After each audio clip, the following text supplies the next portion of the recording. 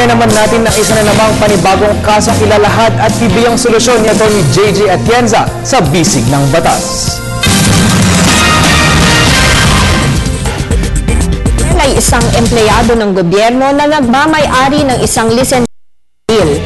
May kautulang permit to carry firearm outside of residence o PTC-FOR din siya. Dahil dito, kahit na may pinatutupad ang COMELEC na gun ban, patuloy pa rin niyang dala sa kanyang sasakyan ang kanyang baril. Nang ito ay makumpiska at suspendihin ang kanyang PTC-FOR, nagreklamo si Ariel. Hindi daw ba ito paglabag sa kanyang karapatan dahil para na rin daw siyang tinanggalan sa pagmamay-ari ng kanyang baril sa pagkansela ng kanyang PTC. Mali po ang sapantahan ni Ariel. Ang pagkakaroon po ng permit to carry ay hindi nangangahulugan na ito ay karapatan na protektado ng Due Process Clause ng ating konstitusyon.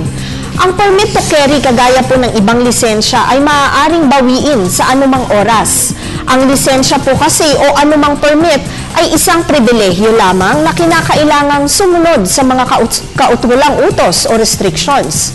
Kapag may paglabag sa anumang kautusan ang may hawak nito, ang isang lisensya ay maaaring bawiin ng otoridad sa anumang oras. Tandaan po natin na meron po tayong COMELEC gun ban ngayon at kahit po tayo ipinagbabawal pa rin po ang pagdala ng firearms. Mag-email lamang po kayo ng inyong katanungan sa ptv4newscenter@gmail.com. Ito po si Atty. JJ Atienza, ang inyong bisig ng batas.